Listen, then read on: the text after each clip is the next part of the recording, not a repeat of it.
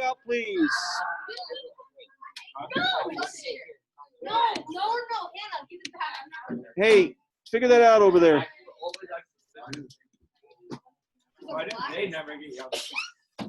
All right, if there's an important class, today is one of the top 5 of all classes that we will have this year. Today is one of the top 5. We are going to start off, listen please, we're going to start off slow with today's lesson, but we will be running very quickly. So as you learn this stuff, it is imperative that you stop me at any point that you're like, wait, what is he doing? I don't get it. What was that step right there? Okay, we'll go over homework real quick, and then we'll start the new stuff.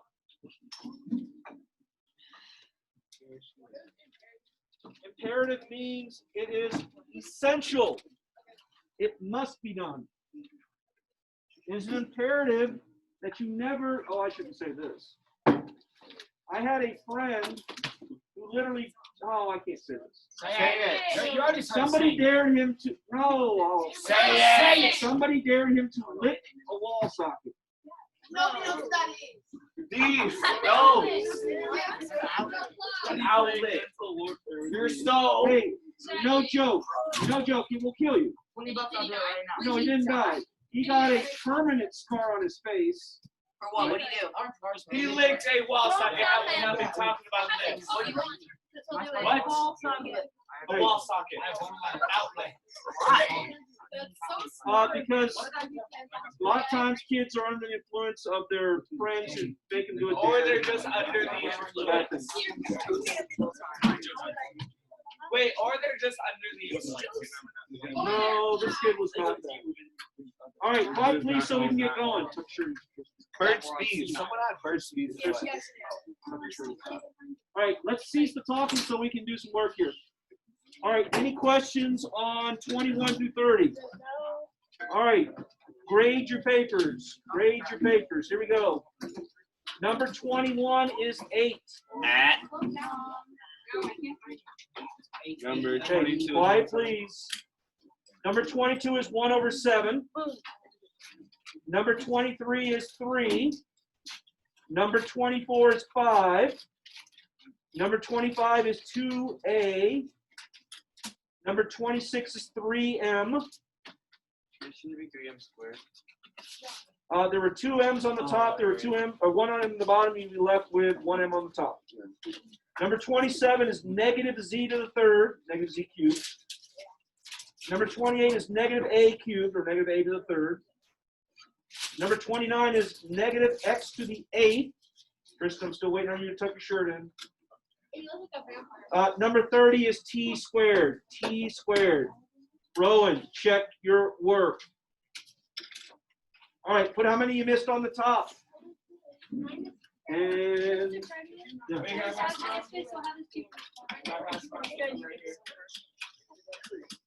yeah. All right.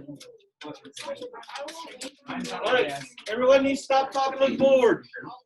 So as they're getting cashed out and collected, we are going to start talking about what's going to happen.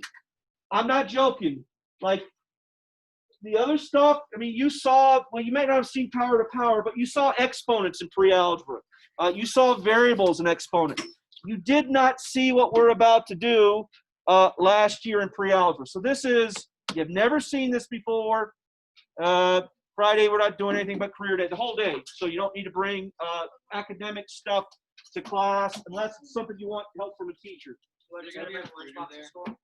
We are going to have a recruiter, just not, we're not going to have a recruiter on career day. However, we are going to have someone talk about how do you get into the West Point, Annapolis, the Coast Guard Academy, or into the Air Force Academy. So we will. What? You just go to a college and then go to enlist. No, that's ROTC. But we will, Rylan, we will, between this and the end of the year, we will have recruiters. All right. Okay, up here, please, guys. All right, homework for tonight. As you're copying this down, listen up.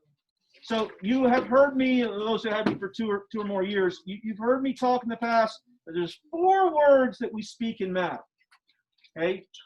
And I probably refer to something as the F word, and no, not that word, right? That is the word that we're going to be learning, the math one, today.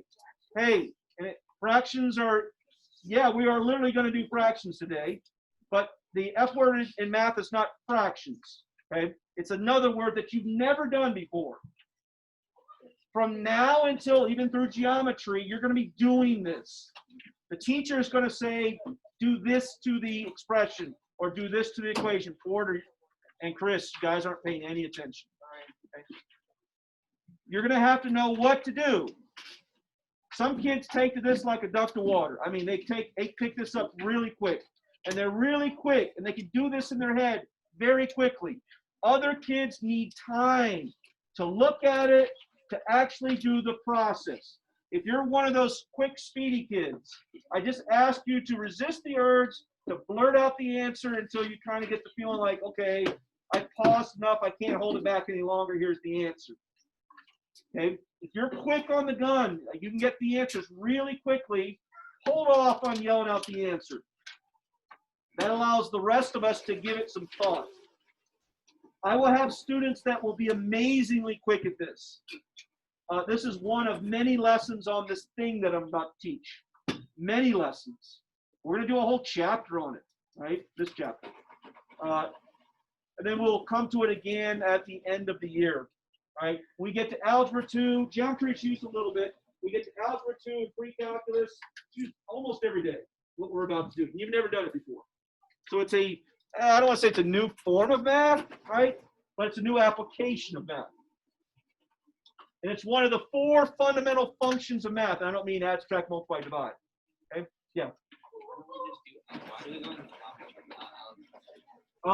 So the reason why geometry follows Algebra 1 and not Algebra 2 is because from up until algebra, educators have deemed kids incapable of doing things logically. Okay? Wow. We say that by the time you get to sophomore year, that you're capable of looking at things in a logical manner. So instead of the teacher getting up, like literally the last class I had for my 7th graders, I said, hey, circumference of a circle is pi times d, pi times the diameter. Not a single kid said, what is that and why is it like that? They just said, okay, the teacher said multiply pi times d, and they're okay with it. When you get to high school and you turn into adult, you stop believing things or trusting people just because someone says something. You start questioning. Geometry is more about teaching you about logic and truth than it is about, hey, here's a shape, here's what you do with it. So geometry is what mathematicians use, and it's a good fit. Geometry is how we start teaching why things are true. Like right now, I've told you that a negative times a negative is a positive. I also proved it to you. But that's one of the few things. I never proved to you why a triangle is 1/2 base times height. I just said that's the formula. Trust me, I'm the math teacher. In geometry, I prove it to you. Like you'll prove it to yourself. And so you'll hear the geometry students say, oh, I hate these things called proofs. Because it's hard. It's logic. It's less about math. By the way, the hardest thing we do in math is like 10 minus 8. I mean, that's like the hardest calculation you do in geometry, 10 minus 8. Maybe you might do it 100 minus 50 occasionally when I really want to make it hard, right? But you do very little calculations in geometry. Geometry, it's words, right? It's words and shapes. Yeah. It's just a paragraph, right? It's a different form, and it's because I start proving, and from every math class onward from geometry, they prove things to you. So I'm not going to say it's a great fit. And oh, by the way, Algebra 2, a third of Algebra 2 is a reteaching of Algebra 1. Because you'll forget how to do what we're about to do. And then you'll have to be retaught to you. So in one sense, it's not a great fit because we get all this extra reteaching. You should be able to, the things we teach you in Algebra 2, we should be able to teach you in one semester. And you should be able to go on to pre-calculus. But because there's this break between Algebra 1 and Algebra 2 called geometry, we end up reteaching the Algebra 1 course. All right, that's a good question. This is big ugly words here. It says monomial factors of polynomials, right? we know what a monomial is. We know what a polynomial. We don't know what factors are. That's what we're going to learn today. New idea. You've never done this before. It starts off pretty easy, right? It finishes with a huge introduction to this thing called the F word, right?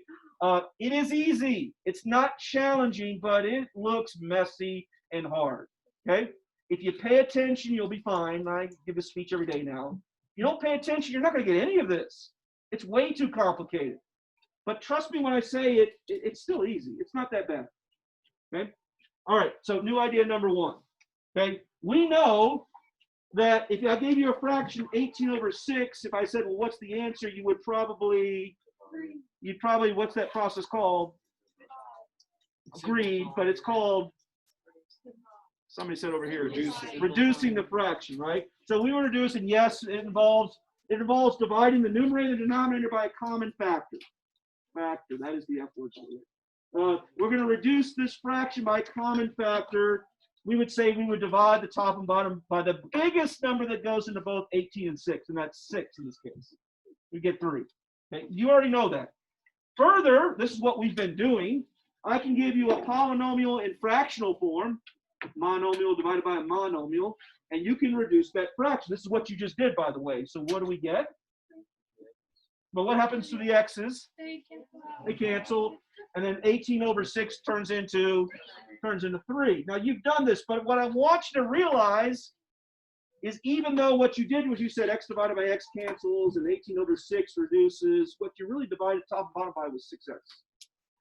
If I divide 18x by 6x, x divided by x cancels, 18 divided by 6 is 3, and anything divided by itself is 1. This is mathematically what you do when you do this canceling thing. This is the concept that we'll be using today. We're going to be dividing a polynomial, this is a monomial here, by a monomial. Okay? We can get this really ugly, right? You did this one. What happens on this one? What happens to the x's? You got 3 on the top, 2 on the bottom, you'd be left with 1 on the top. 18 divided by 6 is still 3, so the answer is 3x. We're still reducing the fraction. But I'm going to claim mathematically what you're really doing is you're dividing the top and the bottom by 6x squared. 18 divided by 6 is 3. X to the third over divided by x squared, 3 on the top, 2 on the bottom. You're like, no, they're both on the top. Yep, dividing, right? This is the same as 3 on the top, 2 on the bottom. Okay? We still get 3. The problem is we got 1 more x on the top and the bottom. So this shouldn't make too much sense to you right now, but I just want to show there's a link between what we're doing today and what we have been doing. Okay, so notice, right, that each time, right, we divided a polynomial or a monomial by a monomial. Each time we're dividing the top, which is a monomial, by a monomial. Monomial times a monomial. Monomial times a monomial. Why am I doing this? Because today we're going to be dividing a polynomial divided by a monomial. That's what the class is. Every single time we did this, you told me what we're really doing is reducing the fraction. You are correct. Okay? The but here is that it's a new idea. We're going to give it a different name. So what we're going to be doing is we're going to be dividing a polynomial, this is a binomial, divided by a monomial. A binomial divided, and it could be a trinomial as well too. Okay? You're going to see that tonight for homework. Okay. So really what we're doing is reducing the fraction. And the question is, well, how would that even work? You know, a monomial over a monomial, we know what to do, but I don't know what to do when there's a binomial or trinomial or a quadrinomial on the top. That's what today's class is on.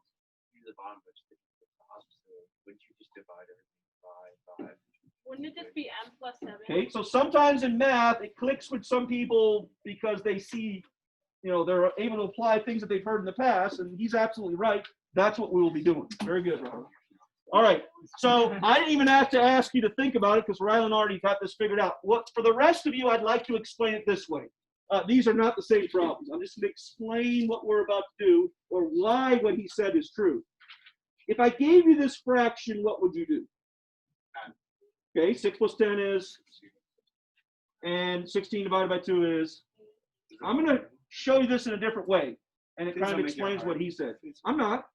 I'm going to start off with the same thing, but instead I'm going to point out a fact is that this is actually that. Do you agree? I mean, If you have common denominators, what do? I rewrite the denominator and I add the numerators. I'm going to claim that this and this are exactly the same. The red is exactly the same as the blue. Why does that help us to solve this one? Because instead of going in this direction, I'm going to go from here to here. I'm going to go in the opposite direction. This is called splitting the fraction.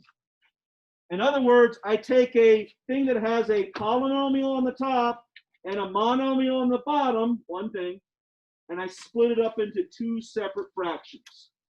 What allows me to do this? Because I got common denominators. I got common denominators. There's only one, right? But this is an addition, subtraction, can't do that.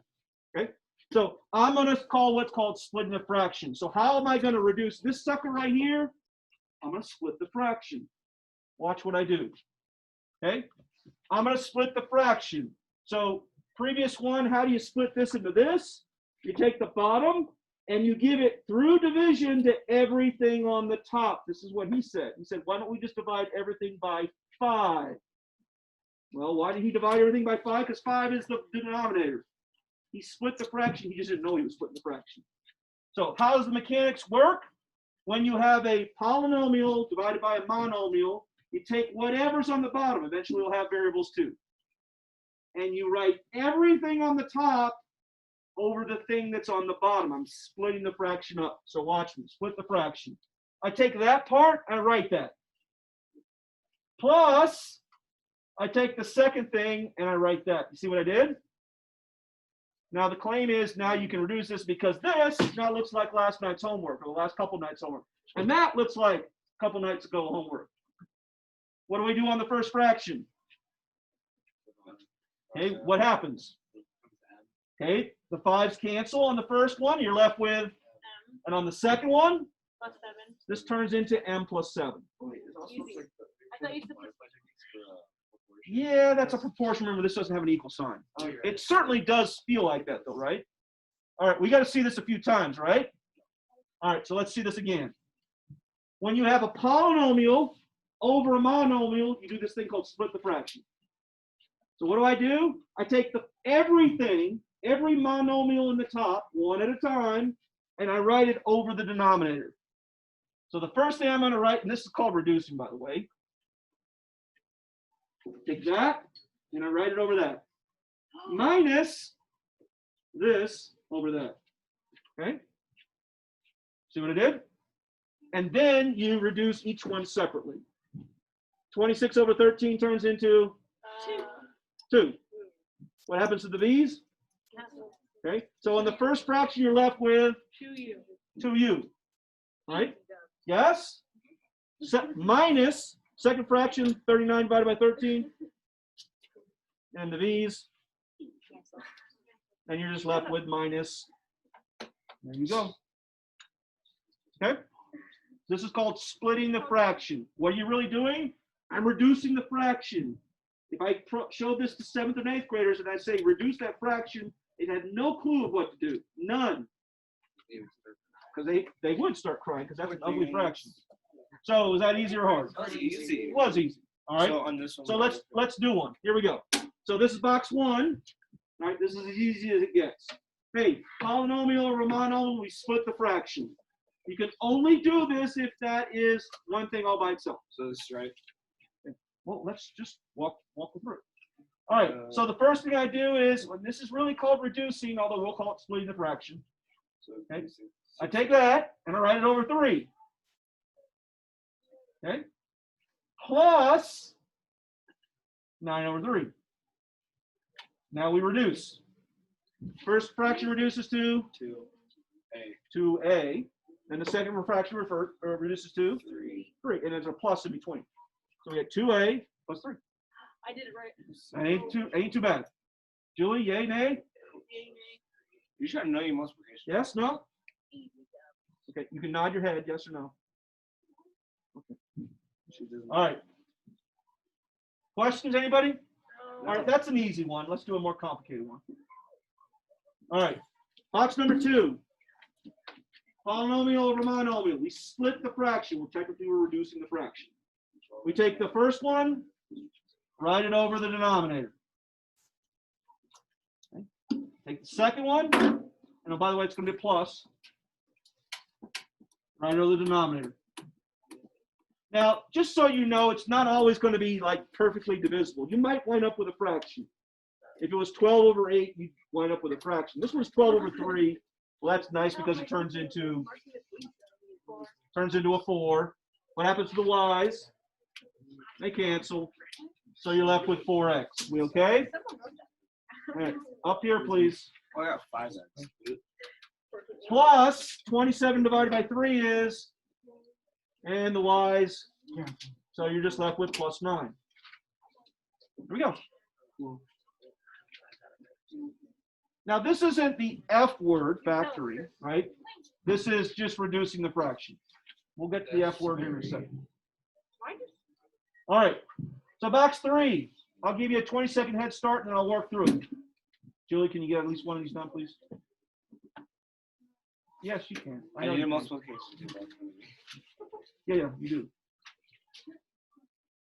We good to get started? Yeah. Okay. Do we have to put it in like order? Yeah, that order, like, there's not a standard form for this, right? Oh. I would just leave whatever's the first one is the first one, second one. Yeah.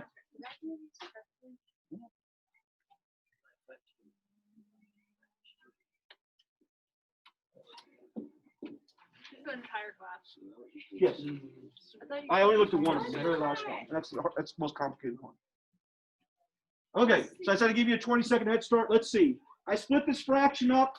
I write the first one over 6 minus, don't forget there's a minus here, 12 over 6. So split the first fraction, that's 2014 over 6, minus 12 over 6. 12 over 6. Let's see, 24 divided by 6 is 4, so I get 4t, minus 12 divided by 6 is 2. And there you go, there's your first answer. The next one is 3. Okay, split the fraction up. 12ab over 4b. Can we get on this? Plus 28b over 4b. That's your second one that you split up. Kaylee, we good? Okay. All right, now we reduce both fractions. 12 divided by 4. Just be careful. Eventually, we'll get a fraction here. 12 divided by 4 is 3. The b's cancel, so we're left with 3a plus. 7. Why am I keep saying plus or minus? Just to show them it's People will forget, right? They'll forget that something's positive or negative. All right. 28 divided by 4 is 7. The b's cancel, so plus 7.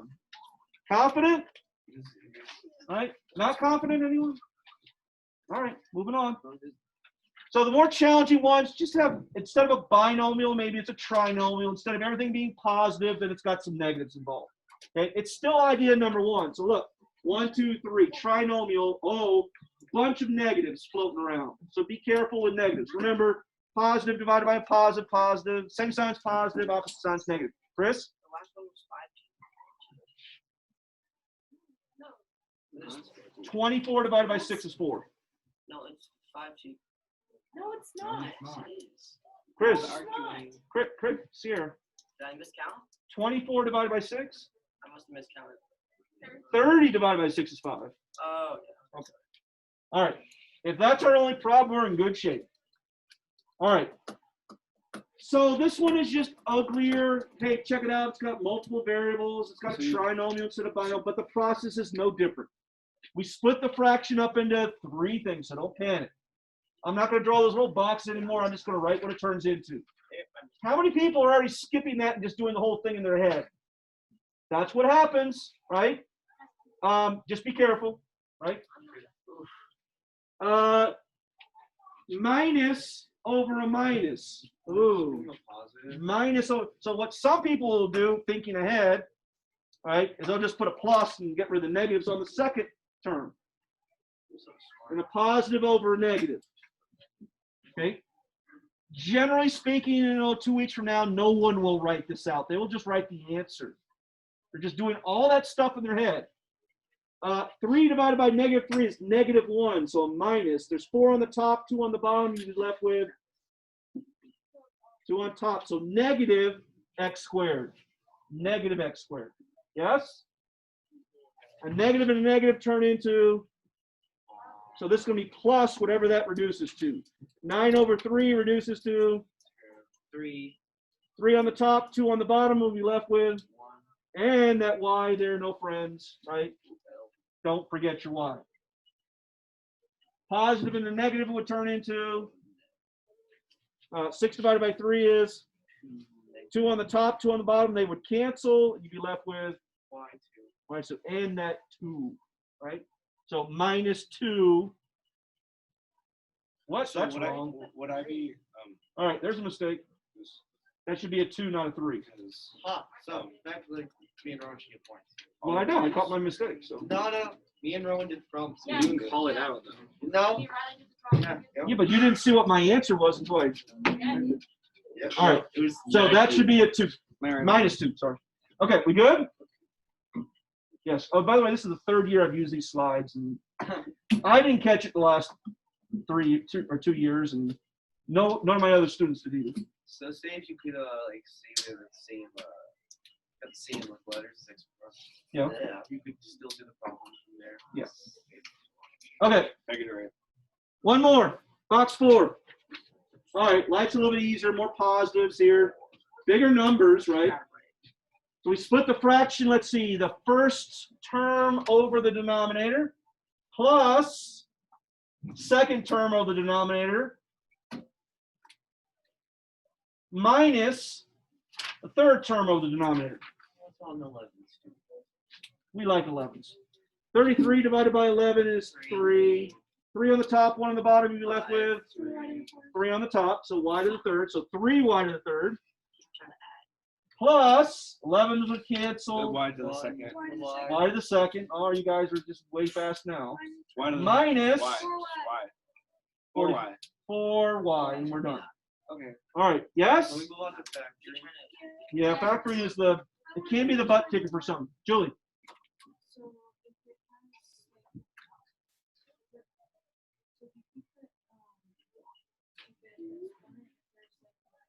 Yeah, if there's nothing on the bottom, you keep the exponent. Right. Okay. I had one more. Do we want to do it or do we want to move on? Piper says let's do it real quick. All right. So first term of the denominator minus second term of the denominator plus third term. Usually, I mean, what will happen is I know what I'm doing, and then all of a sudden you just kind of glance over negatives and positives, and you drop a negative. 3 on the top, 1 on the bottom. You'd be left with 2 on the top. The y's would cancel, so just x squared. Stop me if I'm going too fast. Minus, 4x. well, 4's on that. The x's cancel. Oh, 4y, sorry. 4 over y. So we had our first fraction Wait, why? because the y's on the bottom. Oh. Oh, I could have made a funny joke there. Tony. Well, he said y. All right. Last one, the y's cancel. You're left with another fraction 6 plus over 6 over y. x. Okay, so you No. x is on the Yes. bottom. Oh, I meant 2 x's. Oh. Where's the y? Top or bottom? Not the exponent term. This. Okay. So I was saying why and variable y all together. We okay, Daryl? That's why No. Oh, I can't resist that one. Oh. That's why not. I don't know how much you've been paying attention to COVID, right? But they talk about this not thing, and you're like, I forget if it's x naught or there's a variable that they assign to how many people does one person infect, and it's called something not, and it's just a variable, and it's just to the 0th power. Or maybe it's annotation on the bottom right. I'm not sure which one, but something like that. But they talk. It's R. It's R naught. It's called the R naught factor. So R naught is not like ARENOKNOT, right? Or NOT. All right, it's the infection rate. How many people does one person infect? And if R naught is above, I forget, 2 or something like that, it's really bad. I'm speaking out of my realm of expertise now. Oh, so like, you know, people. If one person has COVID, and how many people do they typically infect, right? And if the number is more than 2, then it's bad because it's exponential growth. Right? All right, I will skip this one and we'll move on to the most important thing today, which is the F word. All right, so here we go. Factor.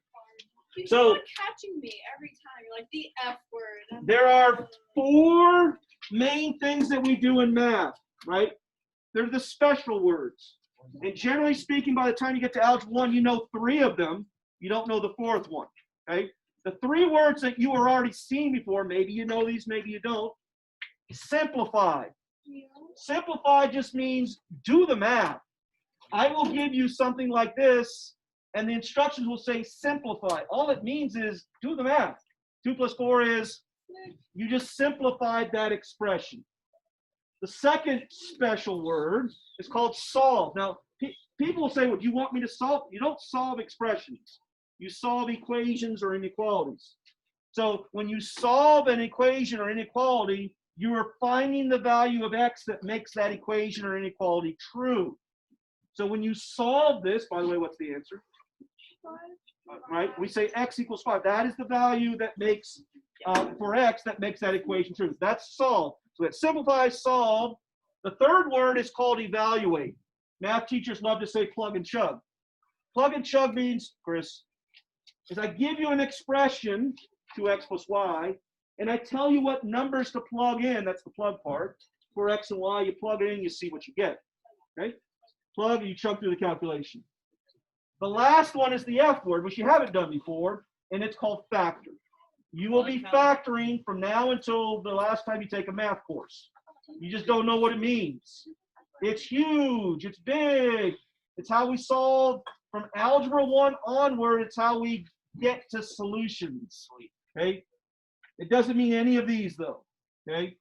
So let's decide what is. I can't tell you how big this concept is. This is your first day. Okay? You're going to use it all the time. So write this down, please, box 7. Here's the definition, and it's not going to make much sense to you until we do so. Factoring. It's a mathematical process. It's one of 4, right, Chris? It's one of 4. Solve, evaluate, simplify, factor. It's the mathematical process of breaking a polynomial down into products. Products is a fancy word for things that are multiplied together. Like, why in the world would I want to do this? I'll just say, algebra teachers, myself included, do a poor job of telling you why you should factor. They just say, factor this. I spent my entire, all the way through, I don't know, Algebra 2, wondering, why do I factor? What purpose does this serve? And then finally, my Algebra 2 teacher, well, this is why you do it. So I'm not going to tell you today, but I will tell you in this chapter of why we want to factor things. Can you tell us today? It makes the math easier, is what the real explanation is. But the problem is, today you're not going to see anything easy about this. You're just going to say, well, I'm doing something, I'm not sure why. I'm not sure how it would make my life easier, but trust me when I say it will, at least mathematically speaking. Factoring, the process of breaking a polynomial into products. So clearly, I'm going to give you a, and you're going to break it up into multiplication. Oh, I've done this. So It's like a tree. it's something like that, right? Those are called factor pairs, right? That's called a prime factorization, right? So it does have that flavor, okay? So here's the basic idea, right? If I ask you to factor 10, well, the definition of factoring is you write the given as multiplication. I wrote 10 as 5 times 2. Technically, I factored 10, right? So I guess you've done some factoring before. No math teacher says, hey, that it's factoring. They just say, you know, what are the, they might say, what are the factors of 10, 2 and 5? Okay? 1 times 10 are also factors of 10. Okay, we don't like that one because 1 times anything doesn't really help us much because it's 1 and the thing that we started with. But I think you can all agree that 10 written as these two numbers is very different. 1 times 10, 10 is still there. I haven't really changed anything. I put a 1 in front of it.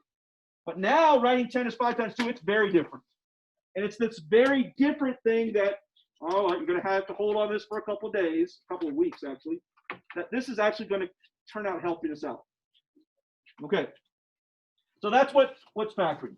When we factor today, I always want you to use GCF stands for Greatest common factor. I want you to use the greatest common factor, the largest thing that goes into the number I gave you, other than itself.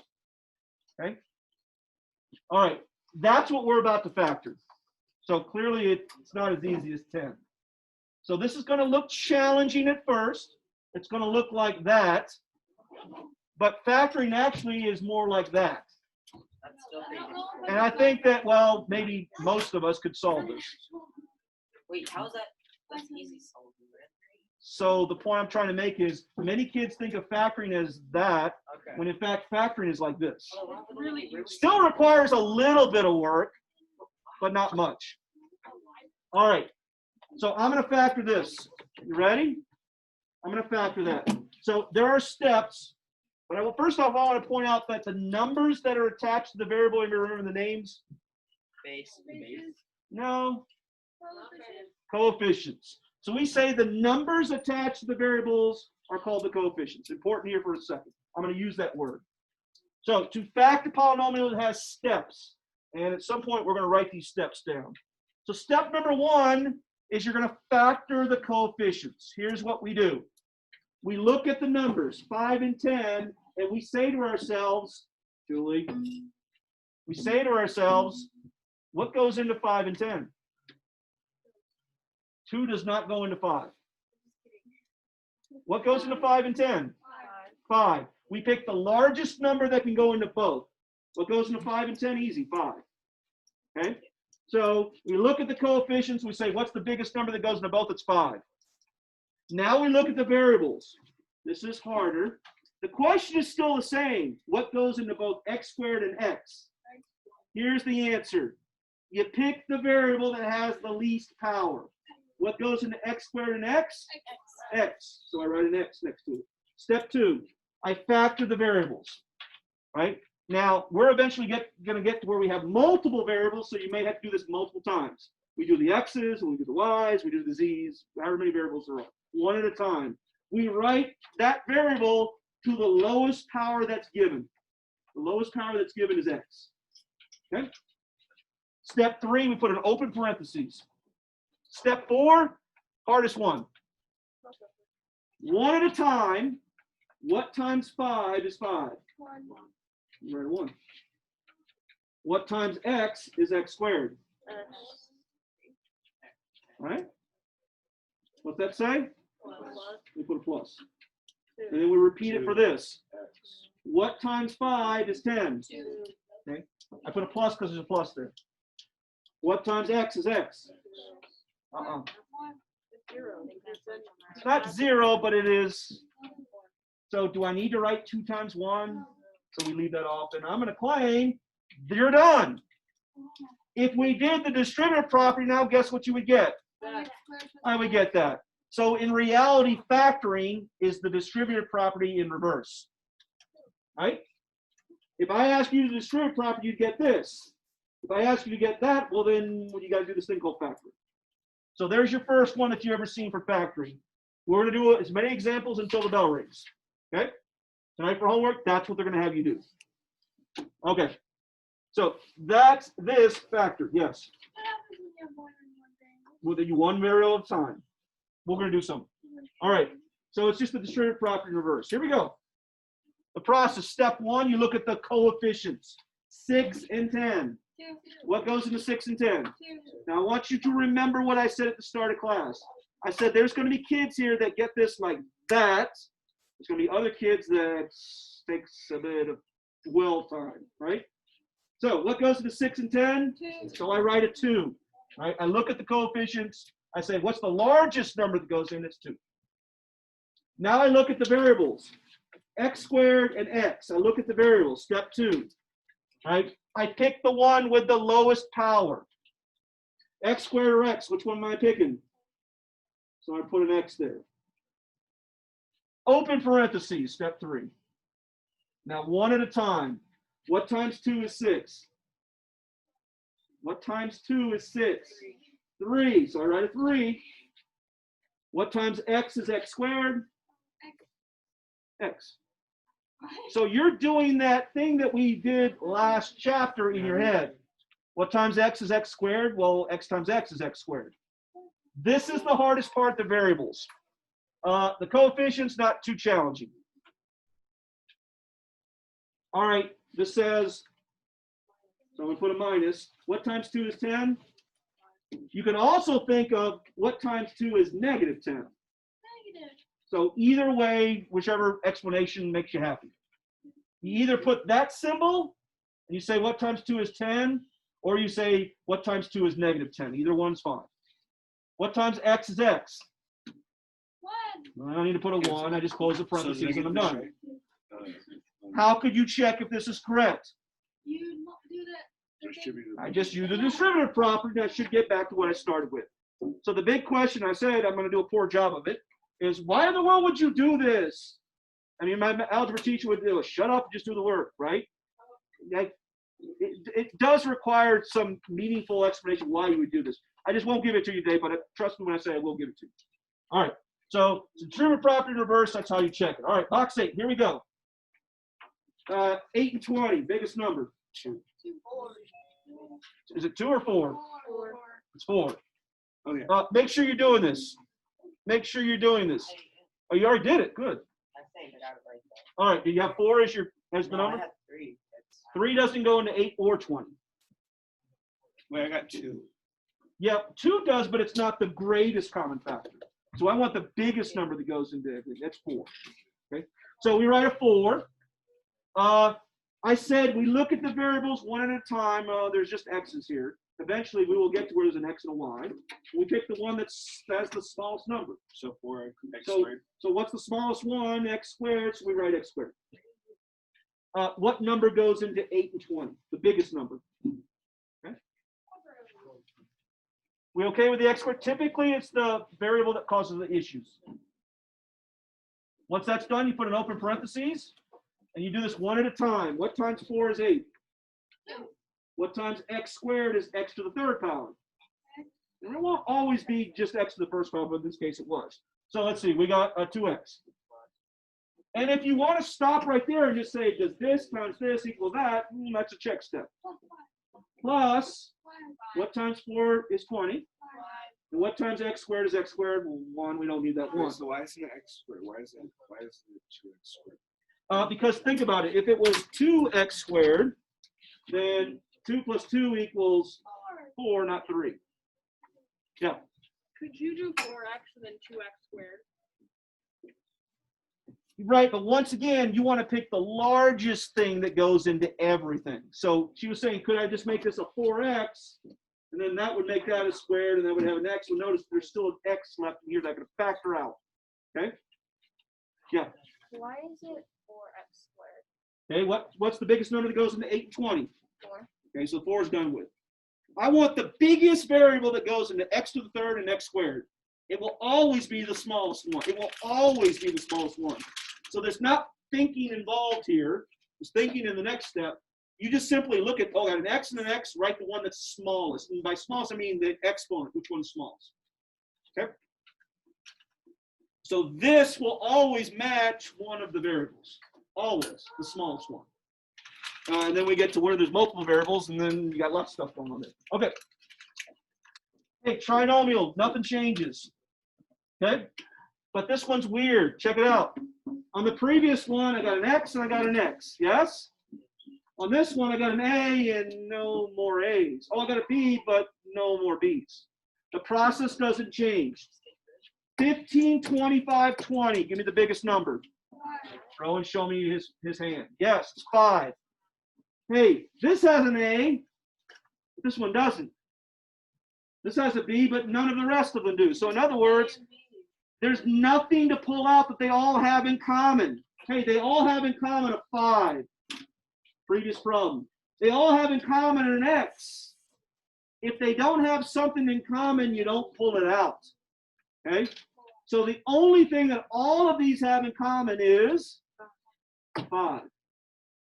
If they don't have an X in everything, or an A or a B, you don't pull it out. If they have an A in everything, you pull it out. If they have a B in everything, you pull it out. In this case, the only thing they have in common is a 5. So we go immediately to open parentheses. Make sure you get that. What times 5 is 15A? 3A. What times 5 is 15A? 3A. What times 5 is negative 25B? Oh. Negative 5B. Stop me. Okay. Stop me. No? Yes? Oh. What times 5 is positive 20? Positive 4. Close parentheses and you're done. Once again, if you doubt yourself, like generally on this, some kid would pull out an A right here, maybe. You know, like, oh, I thought I was supposed to pull out an A because it's the smallest one up there. But 3A, or 5A times 3A is 15A squared. We didn't get that. We got to have that. Okay? Make sense? So that was a hard one. Ooh, finally. I apologize to the dyslexic out there. I looked at this myself this morning. I was like, wow, I got dyslexia. I can't tell a P from a Q. All right. I should have chose different ones. All right. Process doesn't change. What goes into 6 and 9? Biggest number? 3. Okay. Do I have a P in both terms? Yes. So I can pull out a P. Pull out the smallest one. P. Is there a Q in both terms? Yes. So pull out the smallest. Oh, they're both small, so pull out a Q. See what it did? This is different than the previous one. The previous one only had an A in one term. You know, had a B in one term. We couldn't pull out an A or a B. This one, because I have a P in both terms, a Q in both terms, I can pull them out. And you pull out the smallest one. Hey, P to the first is smaller than P to the second. Q, well, they're both Q to the first. Open parentheses. What times 3 is 6? 2, sorry. What times P is P squared? P, What times Q is Q? Q, No. 1. yeah. So I would get 2P. If I multiply 2P times 3PQ, I get 6. P times P is P squared. 6P squared Q, that's what I was trying to get. Oh, good job. Back to that one statement I made before. I mean, some kids will catch on really quickly. Some kids need multiple days to factor. Factoring isn't just this easy. It will get much more challenging. What times 3 is negative 9? 3. Okay, and P times, well, 1, Q times 1, so we get minus 3, close parentheses. If you're in any doubt, you do the distributive property. Chris, if I took a video of you and your sister and put them on the screen right now, guess what we would be seeing? Blank faces. Right, on one of those kids. And one of the kids I'm seeing, and the other kid, there's a blank face. You know, I do understand it. What's the purpose of that speech? I do understand it. I know, but there's a difference. Okay, Algebra-1, this speech isn't just for Chris, it's for everybody. There's a difference between understanding and being able to do. You know, every weekend I watch something sports-wise, right? I mean, I watch something, right? Most people do, even in passing. I can watch basketball all day long. I can't play basketball like they do, right? Just because you understand it doesn't mean you can do it. The person that's practicing is going to eventually be able to do it. The person that's watching, and they're the one that finally, when I hand out the 4-page test, and like, yeah, I kind of remember doing that, but I don't know what to do now, right? Algebra 1 is kind of like, in a higher level math is like that. You got it's a participatory thing. You got to be able to actually do it. All right, last one. All right, what goes into 7, 21, and 14? Okay, do we have a y in every term? We do. What's the lowest power? The y to the first. Always the lowest power. Open parentheses. What times 7 is 7? 1. Okay, we don't need to put a 1. What times y is y to the third? Yes? Yeah. Okay. When in doubt, just multiply them together, make sure you get to that. Minus 7 times what's 21? Okay. And y times y is y squared. Last one and we're done. There you go. Right on time, sort of, kind of. All right, hey, student advisors. Yeah, 1 second. Student advisement. Make sure you try some of this so I can walk around and give you help. Haley? Okay, so I'm confused on one of the questions on the homework. So it has like the one that you were just doing. So it has What number are you looking at? 20. Let me flip to my page real quick. Okay. All right, number 20. Yes. Okay, go. So I had already written it out into the 3 groups that I was supposed to of putting the numerator and denominator and all that. Yep. But I don't understand, do you cancel out the P and the Q both, or do you just cancel out one of them? Well, if you can cancel them both out, you can. So, for instance, the first fraction, you get 30 over 5, that's 6. You get P of 4, or P to the 4th over P to the 2nd, so you'd be left with P to the 2nd on the top, and the Q's would cancel. Does that make sense? So if it has an exponent attached to it, I would keep that number, or so like how it says P to the 4th to P to the 2nd. So Yeah, I would so you'd keep be left those, execute the 4 or the Q. to the 2nd. And the Q's, you got Q over Q, so they would cancel out. Yeah. Yeah. So you would get rid of, on the first term, you get rid of all the Q's, but you would still be left with P to the 2nd power because you had 4 on the top and 2 on the bottom. Yeah. And on the second term, well, you'd be left with 1 Q on the top and 1 P on the top, right? Yes. So you'd be left with -9 PQ. Yep. And then the last term? That would be 3 P. You had P squared on the top and P squared on the bottom. So those would cancel each other out, right? Those would cancel. And you'd just Okay, be left so with then Q to the 3rd. Or would Q that to be the Q to the 2nd? Q to the 2nd because there was 1 Q on the bottom to take away. Okay. You got it. That's the answer. 6P squared minus 9PQ plus 3Q squared. 6P squared minus 9P Q Q, 9PQ, plus plus 3P to the 2nd? Q second. Yeah, that's what I meant. Q to the 2nd. Yeah. Okay, cool. P's and Q's are really bad variables to use. Yeah. Yeah. Okay, you got it.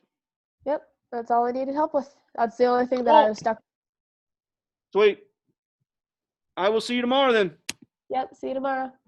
See ya.